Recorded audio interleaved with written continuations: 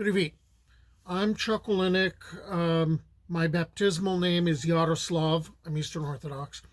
And it's Eastern Orthodox Holy Week. So I thought this might be an appropriate time to talk about Pysanky, or as people think of them, the Easter egg. Okay, the tradition of egg decoration in Slavic cultures, that's from pagan times. Okay, and it got transformed into the Christian Easter egg as a lot of pagan customs tended to be Christianized and became part of the Christian traditions. And there were new techniques added over time. Some versions of the decorated egg still use pagan symbolism, while others have added Christian symbols and motifs. The decorated eggs of various nations have a lot in common, but there's national traditions, color preferences, motifs, and preferred techniques. They vary from one ethnic group to another.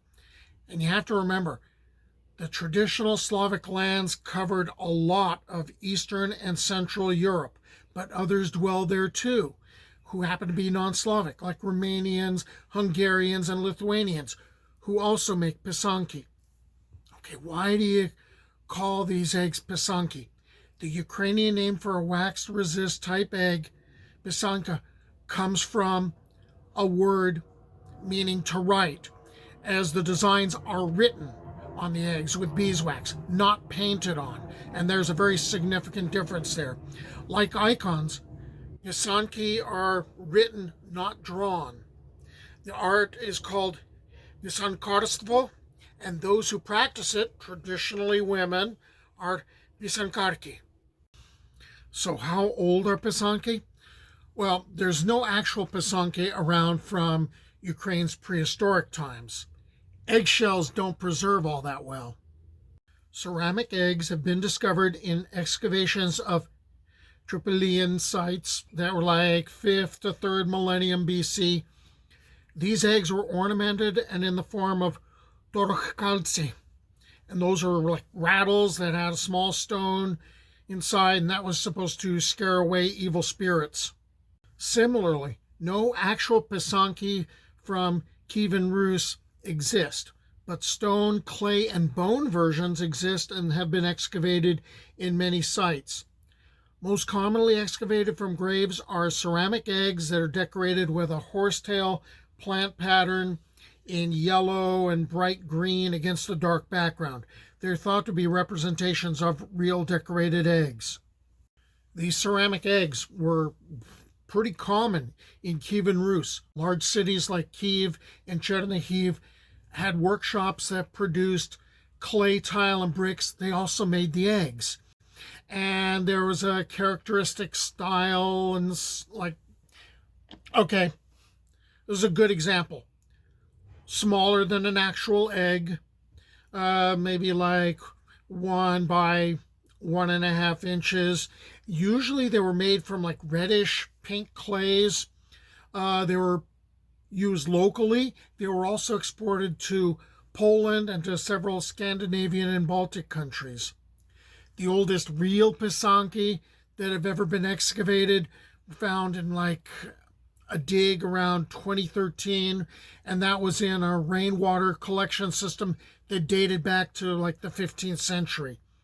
The Pysanka was written on a goose egg, which was discovered largely intact, and that was kind of surprising, and it had like a wave pattern on it.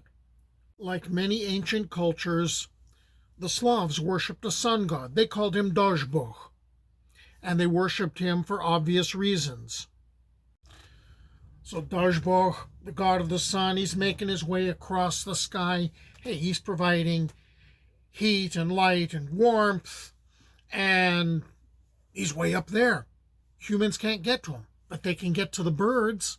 Well, not really the birds so much, but the eggs. So the eggs are considered part of the birds. The birds are closer to the sun god. So you'll get people, the women, remember that was like pretty much the women's territory, their turf.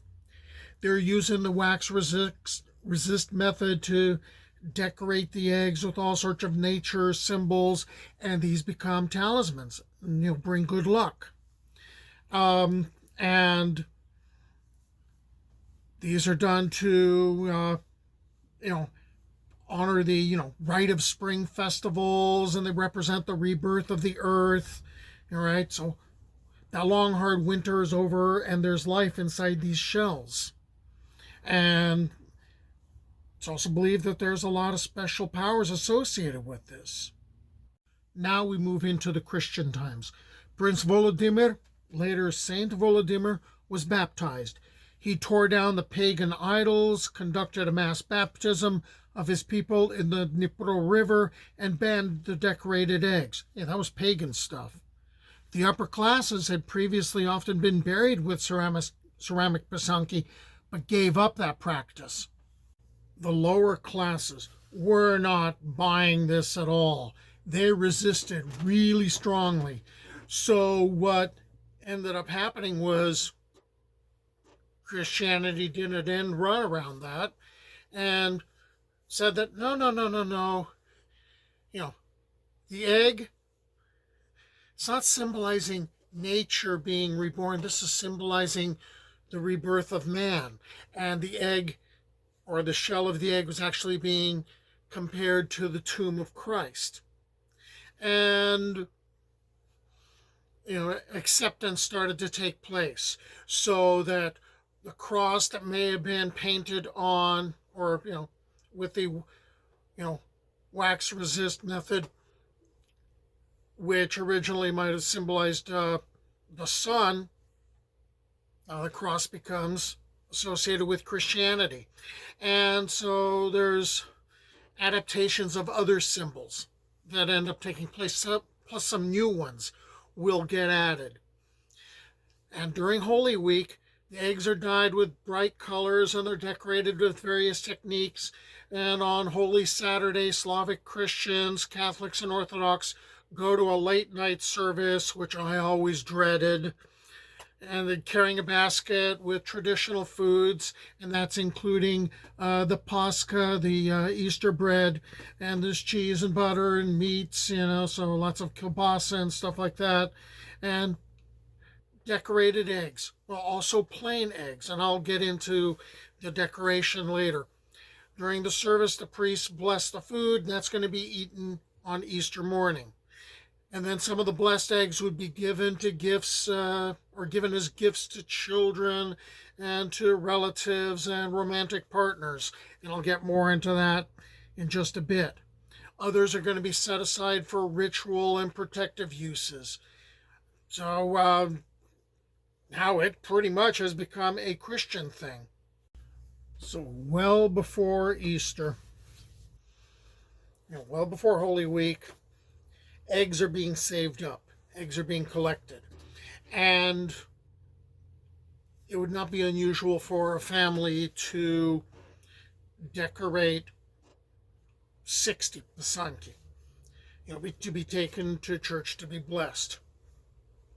And remember, this is like the women's work, and they're up at night and they are decorating these things while everyone else is supposed to be asleep, which I'll kind of get into like in the next video. Okay, who gets them? Why are you making so many? Well, 1 or 2 is going to be given to the priest. Okay, I can see that one. Everyone from the youngest to the oldest gets a Pysanky for Easter. Young people are going to be given one with bright designs, and I think the idea is their life is still kind of like a blank slate. They have a lot of life to live. So, okay, the bright colors and, a lot of white in there. Dark Pysanky, those were given to older people. That kind of makes a statement. 3 or 4 are going to be taken to the cemetery and placed on the graves of family on Brovody, and that's the Sunday that's after Easter. And that would also be a thing of people going out from the church and the village to bless the graves. Right. Several are going to be saved up for the coffin for loved ones who might die during the next year. which was something I just learned. Um, a bowl of Pysanky, like a bowl that was full of Pysanky, was kept in every Ukrainian home, and it would be kept in the red corner or the beautiful corner where the icons were kept. And not only is it like a colorful display, but it was also protection against dangers like fire or lightning or storms.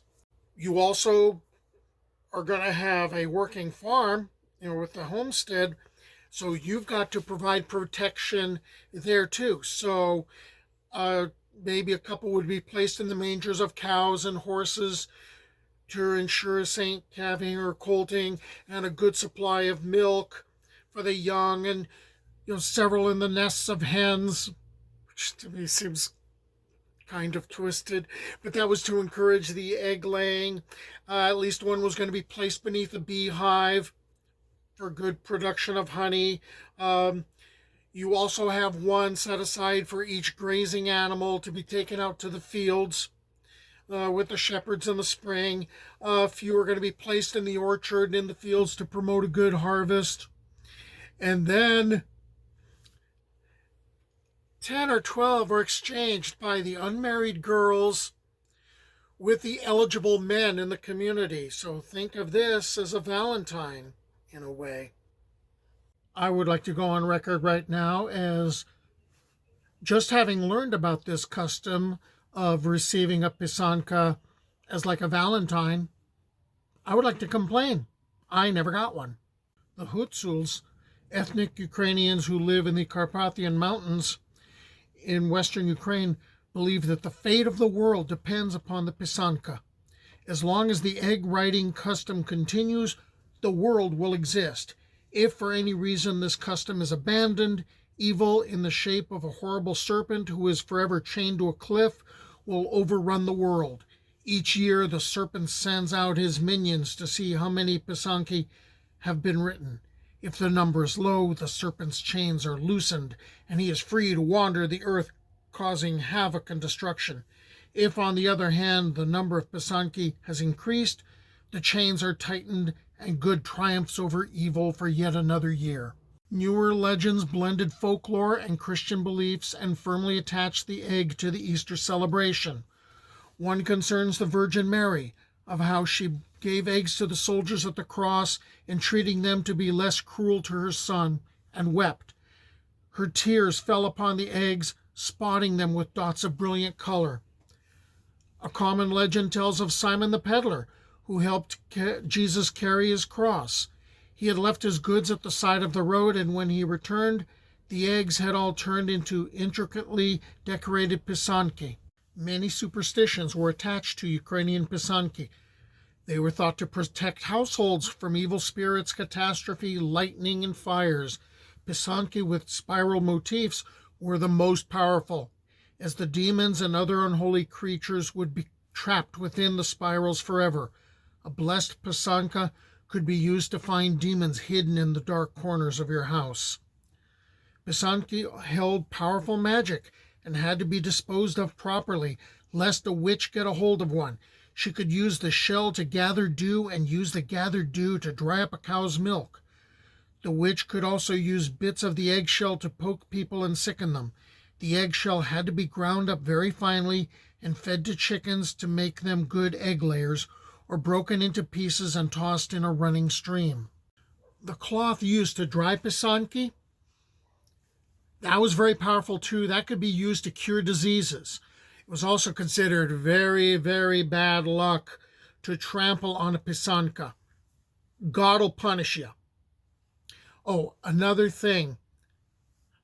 Ladies, if you're giving a gift of a Pysanka to a love interest, never give him one that has no design on the top and bottom of the egg. That's going to cause baldness on him. Okay, that's the first part about Pysanky. I'm going to do another video that gets it more into the designs. I hope you stick with me.